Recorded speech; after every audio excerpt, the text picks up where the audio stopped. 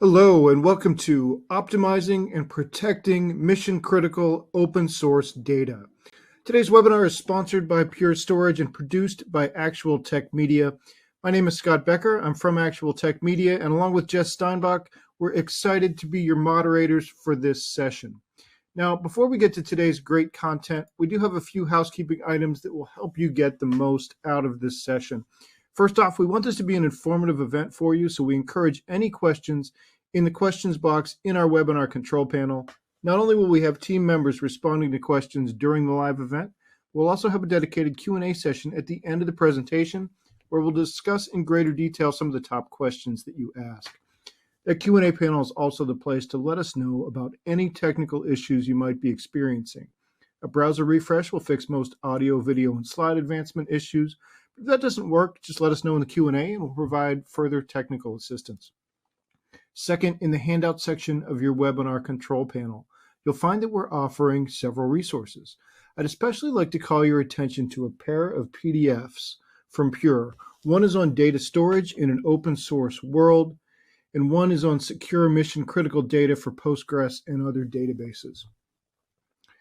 Also in there, you'll find a link to the Gorilla Guide Book Club where you can get access to Actual Tech Media's great printed resources on technology topics, as well as a link to the ATM Event Center, which has our calendar of upcoming events. I encourage you to access those resources now and share them with your friends and colleagues. Third, at the end of this webinar, we will be awarding a $300 Amazon gift card to one lucky registrant. Of course, you must be in attendance during the live event to qualify for that prize. Official terms and conditions of today's prize drawing can be found in the handout section. Just scroll to the bottom and you'll find the prize terms and conditions link there. Finally, one of the best benefits of this event is the opportunity to ask a question of our expert presenters. To help encourage your questions, we have a special additional prize for you. That's another Amazon gift card. This one is for $50 for the best question. So at the end of the event, we'll look at all the questions that came in, even ones that weren't asked on the air, and we will pick out the very best one and contact that prize winner. And with that, let's get to today's fantastic content. So it's my pleasure to introduce you to our presenter today. Thomas Stutzman is Principal Systems Engineer at Pure Storage. And after Thomas's presentation, my colleague Jess will come on to moderate some questions. And now I'm going to turn things over to Thomas. Well, thank you very much. This is going to be a lot of fun. We're going to be talking about optimizing, protecting mission-critical open source databases. I am going to be going through this information, which is going to be kind of interesting because this is where a lot of excitement is in the industry today.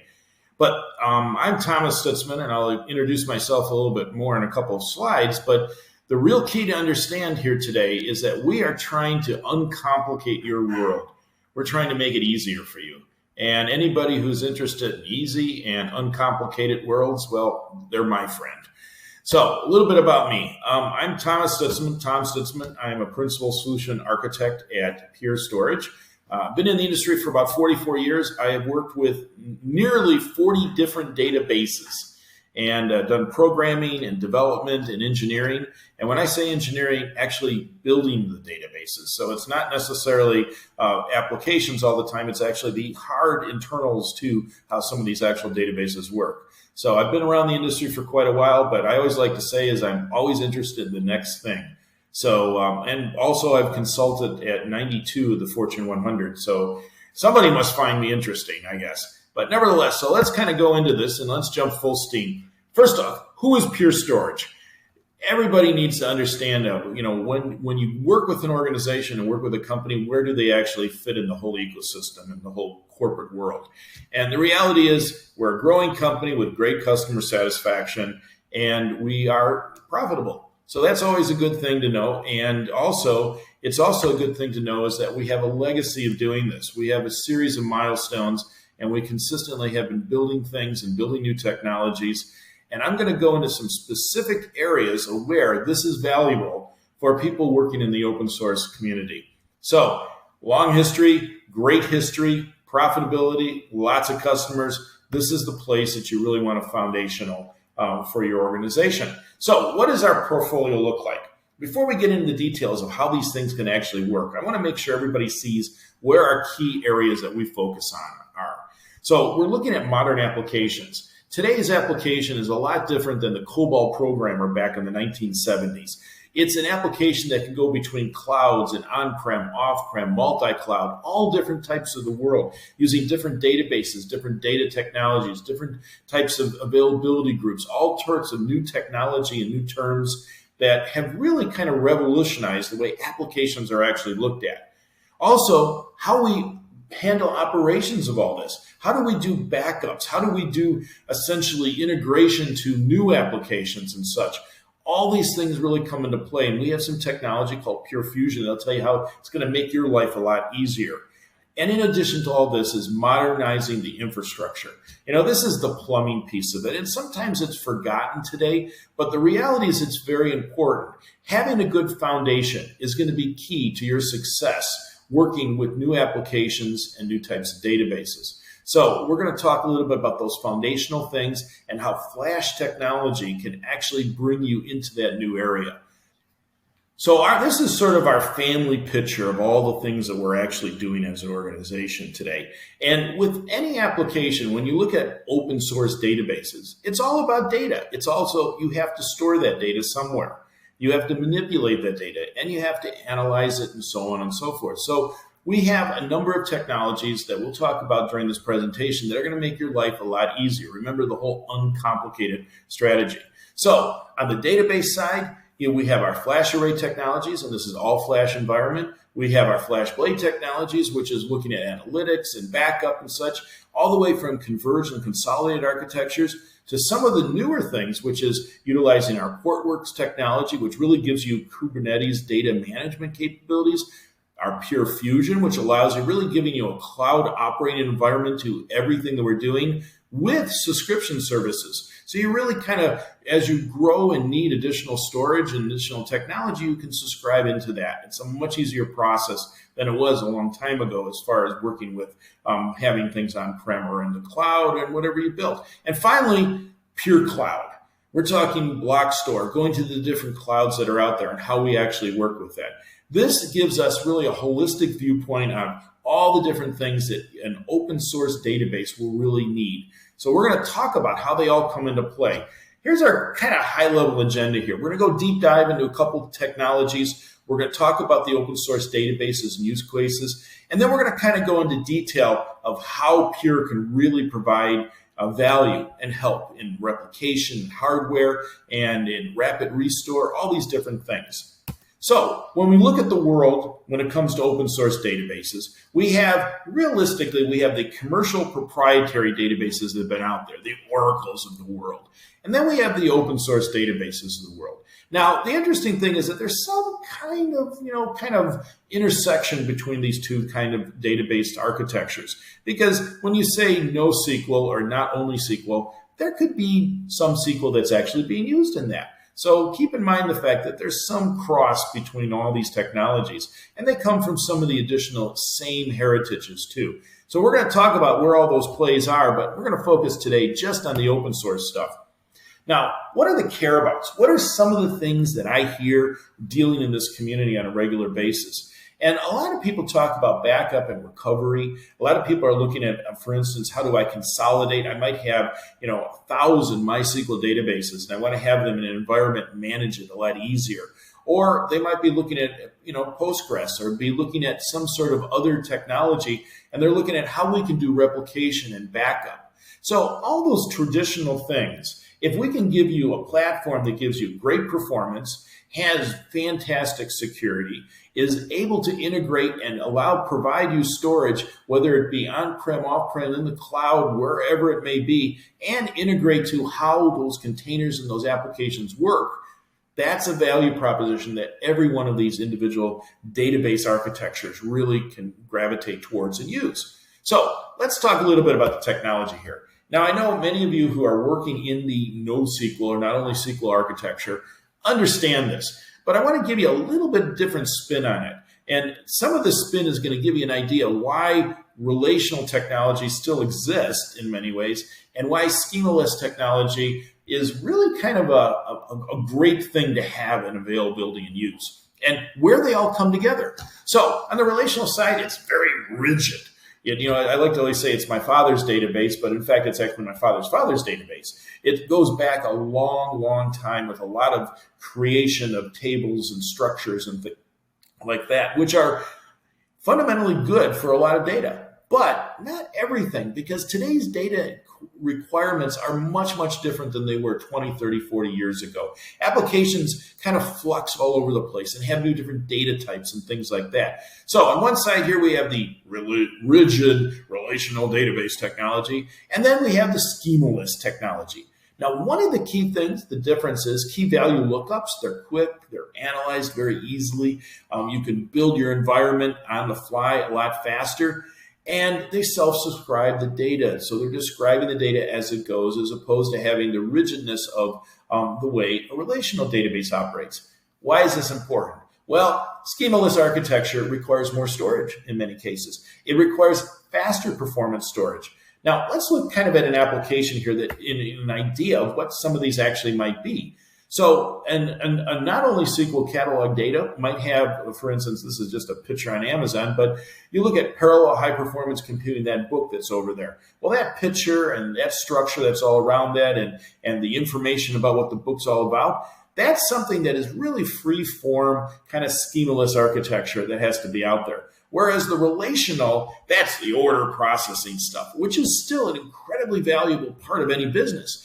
But the two of these technologies can meld together in some very nice application environments. So how do we make this all work? How do we give value to really both? But more importantly, how do we make the open source community really be satisfied and be excited about that? Well, here's what we do. We can provide you best-in-class data reduction. Now, what does that mean?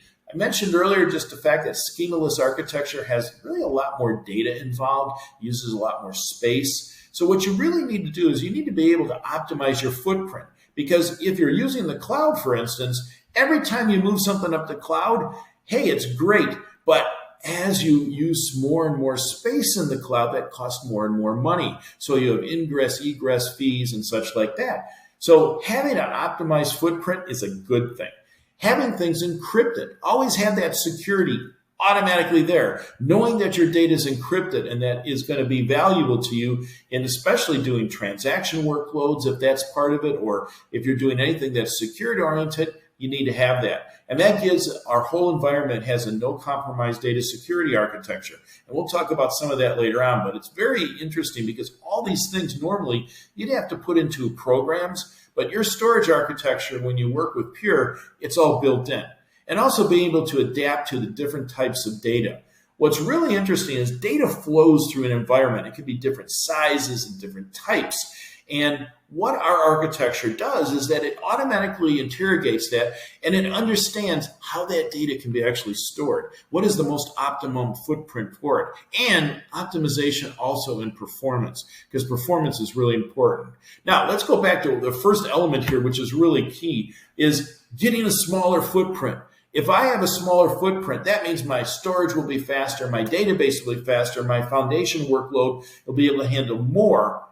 And that's an important part. So best in class power, for our environment, you get the best performance, but also our power and cooling and footprint. So we're very economical and ecology minded when that all comes to play. So small footprint, high performance, being able to use that small footprint so you save money from an ROI standpoint, moving up and down between the different cloud architectures, that's a great place to be. And because of the way open source databases operate, you're going to need that shrinkage of your footprint. So we've got it built in, just works. Efficient, always on encryption. Now this is really key because everything today needs to be encrypted in one way or another. If you want to protect your IP, if you want to protect transactions, if you want to protect things that you're doing, you want to have that encryption. And we give it automatically in the storage environment. So you know it's safe and it's viable for what you have. So we looked at all the time encryption. We looked at inline performance with inline security with no performance penalties or anything like that, and zero key management. So these are things that if you were building the application, you would have to actually worry about. And we've got it built in so you don't have to worry about it. So all again, more and more I take off the table where you have to write programs or integrate to other things, we build that into our architecture so it's ready for you in that open source community. Another thing too is data changes in size. If you're looking at an image of a book, or you're looking at some text, or you're looking at just an order entry type application, all those IOs and all that data transfer is in different sizes. Well, what we can do is we automatically interrogate that and we optimize our environment. So that way it gives you the optimum placement, performance, and viability across everything. Now, why is this important? Normally you'd have to program these kind of things. This is all built in. Again, it's designed for the open source community and very heavily because the sizing of IO and the fluctuation of IO can change very dramatically. Now let's talk about some of the underlying technologies also that are really important. Snapshots. I love snapshots. Snapshots are fantastic because they allow me to make copies of my data. Now later on, we'll talk a little bit about some of these databases and how they operate with snapshots. But the key thing is if I can make a copy of the data for testing, dev, or even backup, and I don't have to take my database down, and I don't have to worry about the size of those snapshots because they're space optimized, which means basically all I'm doing is copying the meta information. That gives me some great viability as far as how I'm using my footprint. So keep that in mind because later on we'll talk about how this actually works with some of the databases that are out there. Our flash array technology does the snapshotting capability for you. You can make as many copies as you want. You can be thin provisioned and deduplicate it. So that means when I make that snapshot and how I use it, I can access that data. I can make that data available. I can use that data across different platforms if I need so, and it's all built in. Also, we're going to talk a little bit about a technology we call safe mode in here, and this allows you, and I'll give you a real quick story. I was building out a database environment a couple of years ago, and I set up all the volumes, and I went through all the orchestration, and everything was ready to go, and they were going to put that into production over the weekend. Got home and I completely forgot. I cleaned up all my stuff and I deleted nearly all my work. Well, what happened? Well, it could have been an incredibly embarrassing moment, but when in reality, I made two changes. I went back, logged on, went into my environment, and I was able to recover everything I had done that day because before I deleted everything, before I cleaned up my workspace, I automatically in the background, the array made all the copies for me so I could recover those copies up to 24 hours. Now that technology, as meant to, is completely invisible. What we've done now is we've integrated that technology and provided an eradication. Normally it was 24 hours. Now it could be up to 30 days on our array. And this is really important, it's immutable copies. Also, you can set it up so that you would have to have somebody in our support organization allow you to actually recover and use those. And the reason for that is if there's malicious employees that might have done some damage to the database and to the architecture, or if you've had a ransomware attack or something like that, that's built in. Again, one of the points I've tried to make in this whole presentation and all our conversation is the idea that we're making things easier to use, we're integrating things and making it more effective for how you would actually build an application so you don't have to worry about these things. It's built right in. So let's talk about MySQL and MariaDB. All right. Key components to this is that, and I actually really enjoy this because they've separated the IO engine, the actual IO component of this. And by doing that, it makes it very, very effective.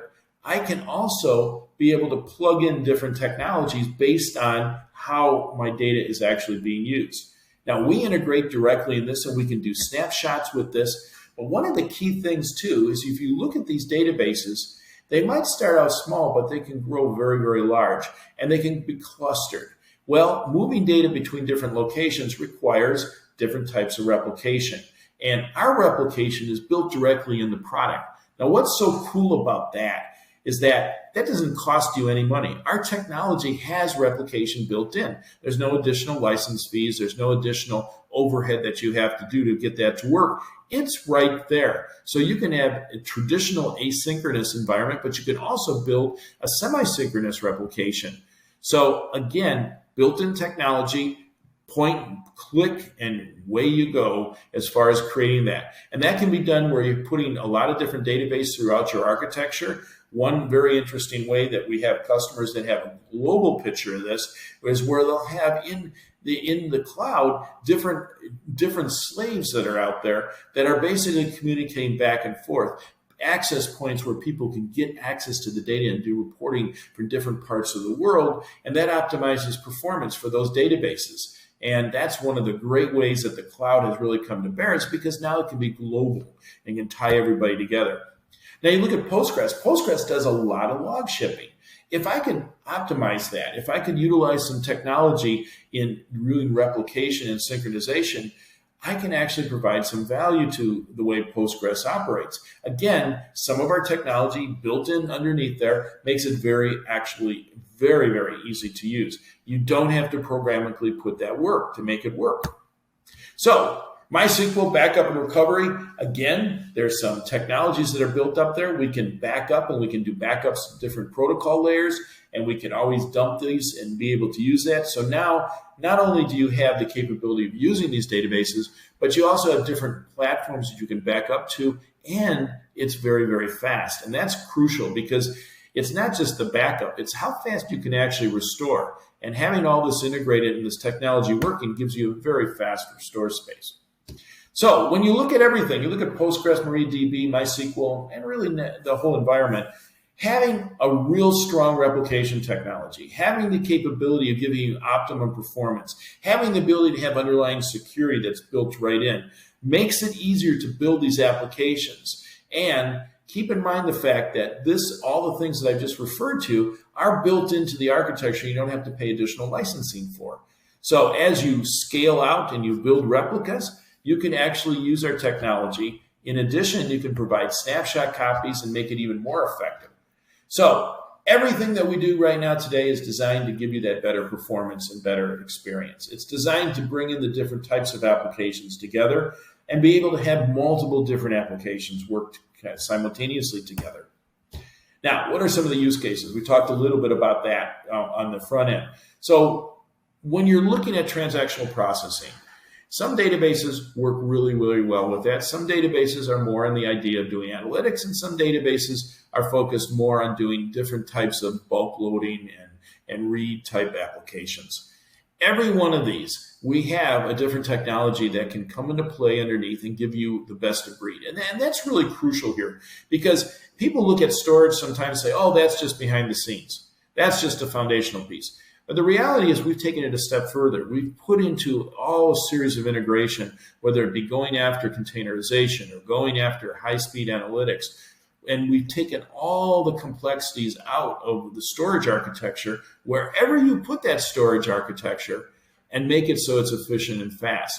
So again, look at the different databases and the technologies out there, and keep in mind the fact that when you put data in our environment, it's going to give you the optimized performance, the best security, the best footprint possible, and tie you into the best overall security methodology in addition to encryption. All happens part of the architecture. So where does pure technology help? Well, if you haven't figured that out by now, the reality is it makes your life a lot easier.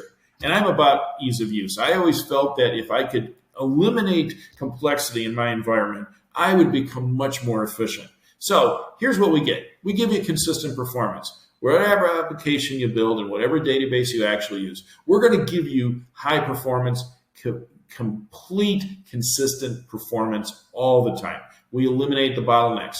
Our system is intelligent enough that it recognizes where there's bottlenecks and allows the data to move and transform in the back end.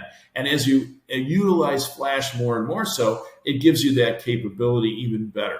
We allow utilizing seed new replicants from storage snapshots. So you can utilize our snapshot technology to do the replicas, to do the copies. And again, space efficiency, not using that large footprint. Doing the hybrid cloud development is very important because we don't build applications that sit in a data center any longer. Our applications sort of have legs all the time. They could be on one cloud one day and another cloud the other day. And the idea that is you can move those applications and the data with it all together. And that's a fundamental problem that a lot of organizations have encountered that we've eliminated completely when you deal with Pure. The footprint efficiency, It's important. The smaller the footprint, the better performance, and the less cost, making it more effective financially to run. Oh, and availability. This is really crucial. Everyone talks about having the most available environment. And the reality is 6 nines with Pure. That's right, 6 nines. That is a very small possibility of any kind of problems that are out there that you're going to take a hit. But even more importantly, that is that our environment has been designed for non-disruptive upgrades. So if you are moving from today's controller, and we have this whole technology we call Evergreen, which is fantastic. What it does, it gives us the ability to say, number one is, if you are going to migrate to a new platform, you don't have to take an outage. You can migrate from our latest storage today, and down the road, 3, 4, 5 years, you can get the next latest storage that's out. And you can do it without taking a hit in performance and taking a hit with downtime. So that's fundamentally different than a lot of other organizations have with their products today. But even more important than that, you can actually take this in a subscription model. And that's a unique way of working with this, which means I can now subscribe for the amount of storage I have. I use what I need to use, and I subscribe for the capacity that I need. So that way, just like we've used the cloud, I can give the same cloud feel on something on-prem or in the cloud or semi-prem. So all these things can really be tied together. And then we talk about restoration performance. I showed you that, you know what, it's not just about backing up the data. To fundamentally get that data back and doing the restoration is really crucial. We give high performance recovery and restoration. And that is something that we've thought about for a long time, because it isn't about just how fast it takes to do the backup. It's how fast you actually get that restoration taking place. So a couple other things. We talked about replications and snapshot. And this is really crucial, because if you decide to replicate your database, you can do it through the database, and it would take some time to do that. But you can do a snapshot, which is virtually instantaneous. All we are copying is the pointers in the back end. We're not copying all the physical blocks. When you do that, you optimize your capacity and you optimize your performance simultaneously. And this is built right in. So you can make those replicants, you can do those source copies, and you can do it very, very quickly and get the optimized smallest footprint possible. Again, saving money, saving time, and oh, by the way, it's built in there.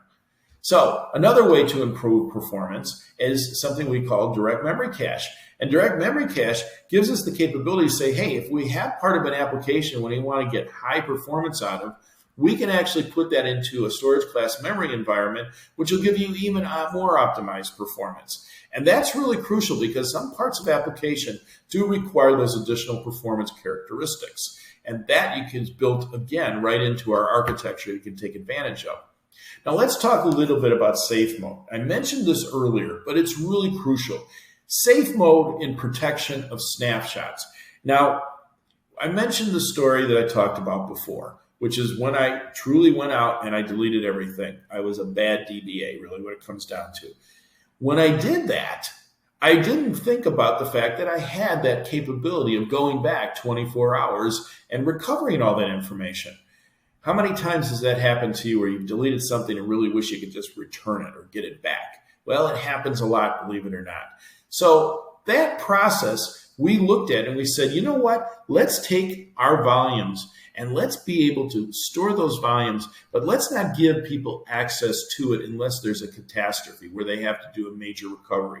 And let's put an eradication timer on that. So it says, we're going to not only give you the 24 hours, which is what I took advantage of, we're going to give you up to 30 days on that. And we're going to make it so that nobody can actually go out and change those parameters unless they are actually part of the administration. So it gives you sort of that double key, turnkey type thing where you're really providing a great level of security on that. So once you do that, once you have it all set up, you have these safe modes that are out there that are part of your environment. And if you need to recover it, you have that recoverable capability. Again, this is built in. Now, I will tell you right now, I have numerous customers of mine that I've worked with who have built fantastic Postgres databases or MySQL databases, and somehow they've either gotten corrupted or they've gotten deleted or somebody has attacked them in a ransomware attack. And we've been able to show them and be able to help them recover their environments, which is a fantastic capability. It's invisible. It's happening in the background for you when you turn this on. So that's one area we spent a lot of time on, but I wanted to make sure everybody had a real good understanding that this is really crucial. It's that break glass protection that you want to have out there for your environment. Now, we also talked a little bit about replication and how all these things come into play.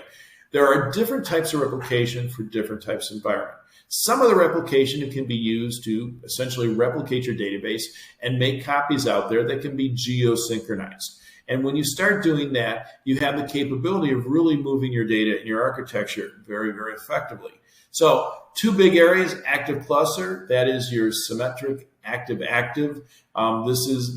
Essentially, this gives you the capability of having multiple copies that are always in sync in your architecture.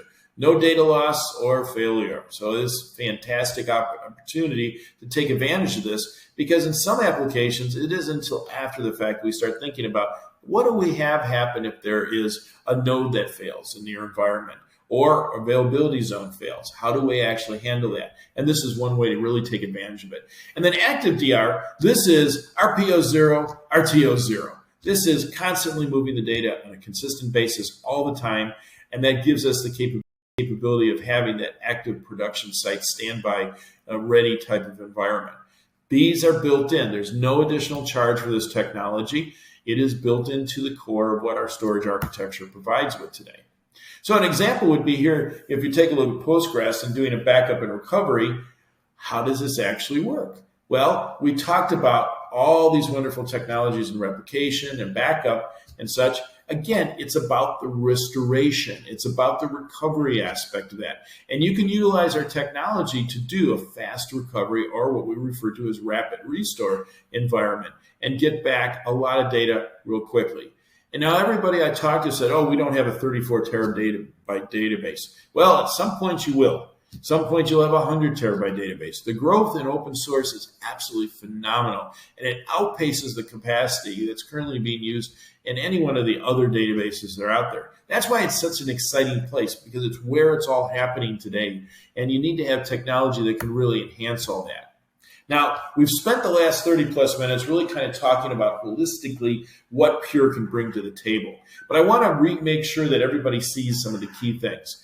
Your footprint can be smaller using deduplication and compression technology. That gives you a great ROI when you look at how you're going to deploy that in the different cloud environments.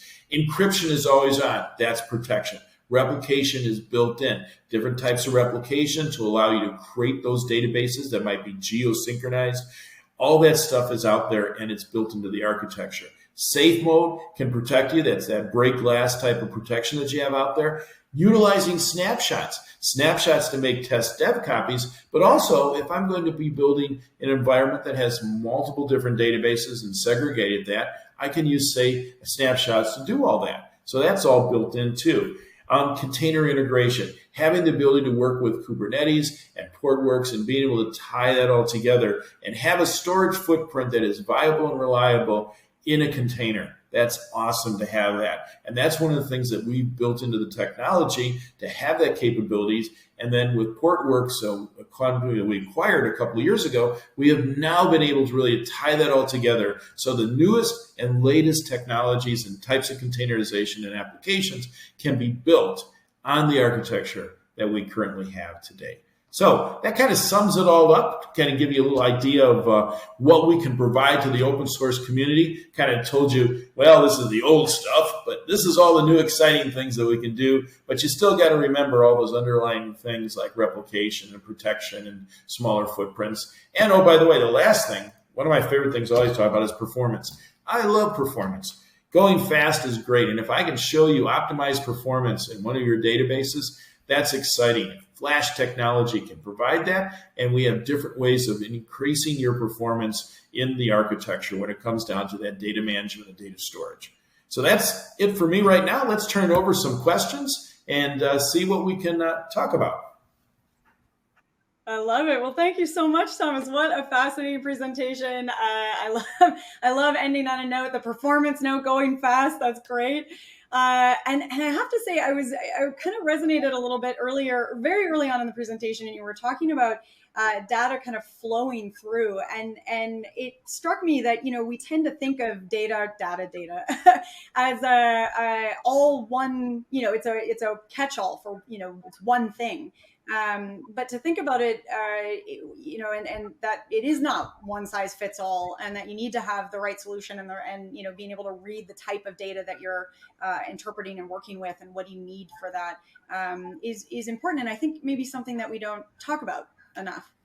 Yeah, that's actually true. The thing is that from a foundational standpoint, what Pure has tried to do is Pure has said basically, what can we do to make everybody's job a lot easier? And we know data is different. We know that relational data that is used in the Oracle is different. It might fundamentally have the same, how would you say, characteristics, name, address, city, state, such.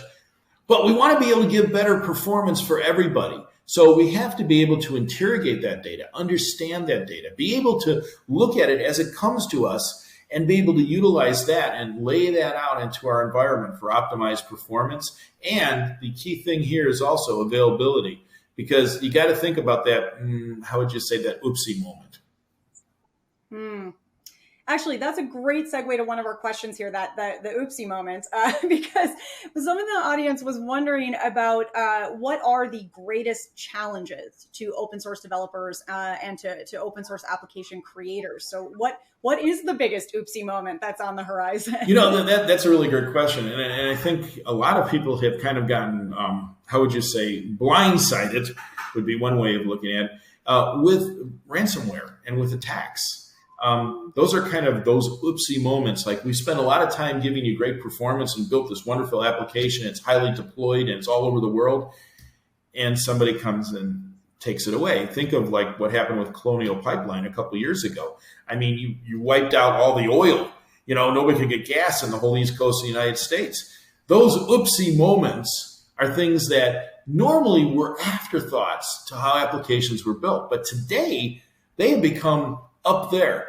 Wouldn't it be nice if the infrastructure, if it would be viable enough to help you protect for that, and not as an application developer and as a database administrator for open source databases to worry about that? Well, that's exactly what we've done. We've taken that and we've said, look, that oopsie moment out there, that big challenge you have, we've automated. So guess what? We have safe mode. We have encryption. We have all these capabilities and integrations to make that oopsie moment become, less severe or not at all. I always like to, once we've kind of chatted a little bit about challenges, I like to give us something hopeful to change the tone, which you've sort of just done for us. You gave us a good challenge and solution. But I'm also wondering, at the start of the presentation, you gave us the why care. And that was sort of what's new and what's trending and what's going on in open source. And I think that's really exciting. And I'm curious, of the sort of trends that you're seeing in open source application or as a developer, what is the thing that gets you the most excited? What are you most jazzed about? That's so I've always been one of these people, and anybody who ever wants to check my LinkedIn out, I mean, I talk about performance.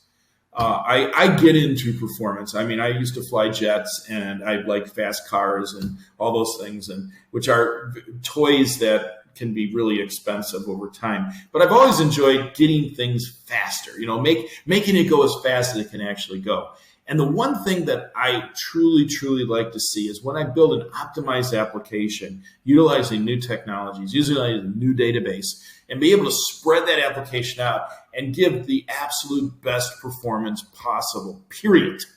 And that's why I personally have gravitated towards flash storage initially. I mean, I've been using it for many years. And now when you look at some of the new things we can do with storage class memories and different types of SSD technologies, and the way that Pure is able to morph itself based on the new technology, we've actually put software layers involved that we can plug in the new technologies as they come out and give you that same availability, reliability, but also take advantage of the newest performance and the latest and greatest. I mean, our new XL line, I got to do some of the initial testing on that, and it was fantastic. The performance was out of this world. So when I look at open source applications and I look at the databases that drive all that, and I look at all the cloud in general, I'm thinking how I can optimize that and get the best performance. And truthfully, that's one of the reasons why I came to Pure, is because I really like that jet airplane and going fast and making it faster and figuring out how to all integrate it together. And the best thing I can say is that is something that is built on the platform. So that's there, and you don't have to programmatically do a lot of funky things and special code to make it work. It's built in. Tom, someone needs to buy you a Formula One race car. This clearly needs to be your weekend hobby. I want to ask you a bit of a tough question, but we got asked, and honestly, I think we see this a lot when we talk about open source. And the question here is, whenever we talk about open source, I think of you get what you pay for. So I'm wondering if you can address that for our audience as well. That's a great question. I mean, I got to tell you, I think about that all the time, because if you look at the holistic environment that you have, Pure gives you so much. So how do you determine that? How do you get a feeling for that? And here's one key aspect. There's a lot of organizations and other companies out there that they charge you when you have your database for encryption and compression and even performance. And the reality is those things are actually built into our architecture. So many times when I talk to somebody about any of our architecture components, they ask me, well, am I getting the best value? Am I getting what I'm paying for? And the fact is, you are. You're getting a lot more. You're getting things that people pay a lot more for. And what that really does is that gives you optimization of your capital. Give me an example just with the idea of moving things up to the cloud.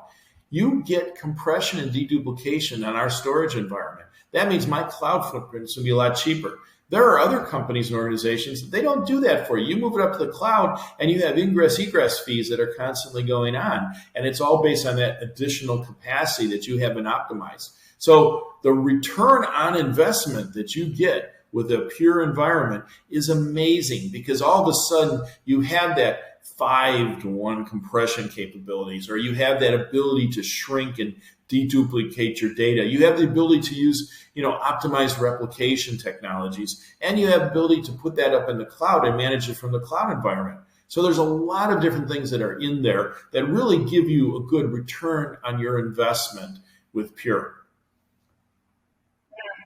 I really appreciate that. And actually, we did get a question about that. So there you go. You just answered 2 questions with 1 stone there.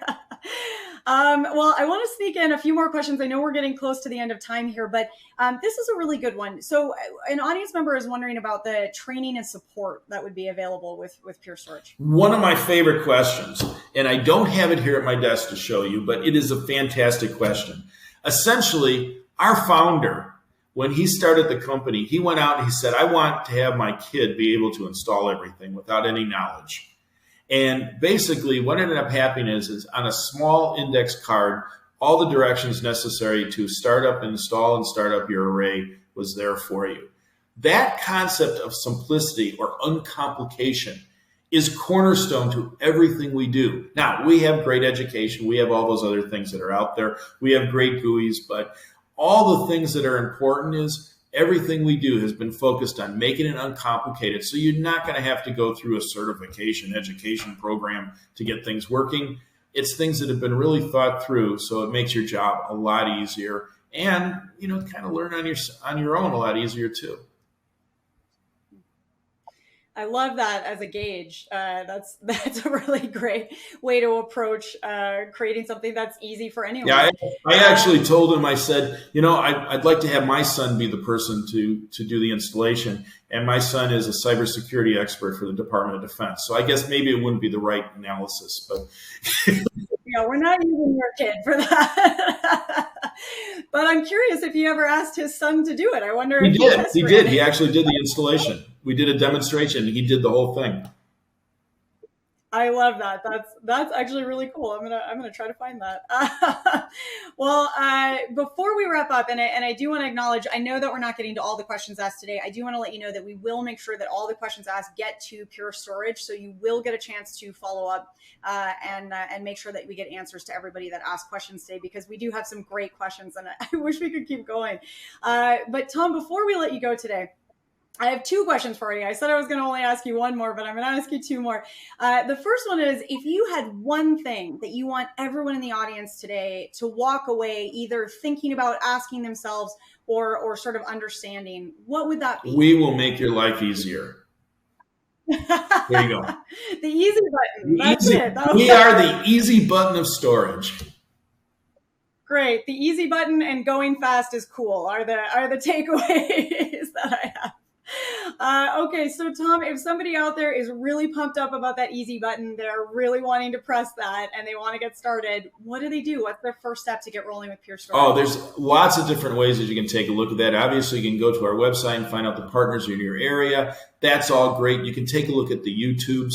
There are bunches of YouTubes that are really out there that talk about all the next steps and things that we do and our technologies. And so there's numerous different channels that you can take advantage of. And, the frank truth is we're all sort of electronically tied together nowadays. So everything that you do out there, I mean, we're there to help you every step of the way.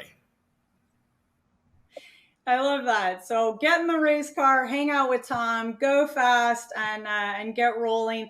Tom, thank you so much. This has been an absolute pleasure chatting with you today. Take care now.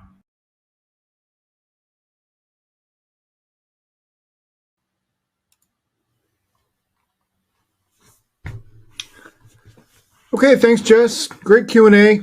Appreciate that, Tom. And before we get to the prize drawing, we do have one poll question for you. We'd like to know what additional information you'd like to have about the Pure Storage solution. And the options are data sheet, technical white paper, customer case study, pricing details, personal demo, would like to try for myself, or are you already a customer or nothing at this time? And you can click all that apply. And while you're answering that question, I'd like to remind everyone that there are also those resources in the handout section. Again, that's a pair of great PDFs on data storage and securing mission critical data. And as we wrap up, we do have one other piece of business. It's the $300 Amazon gift card prize drawing. And we'll go ahead and do that drawing with the poll still up, just to give everybody a chance to answer that. And the winner of the $300 Amazon gift card is Rafael Mendoza from California. So congratulations to Rafael. We will be in touch to get you your card. And with that, on behalf of the Actual Tech Media team, I want to thank Pure Storage for making this event possible. And thanks as always for attending and for all of your great questions. That concludes today's event. Have a great rest of your day.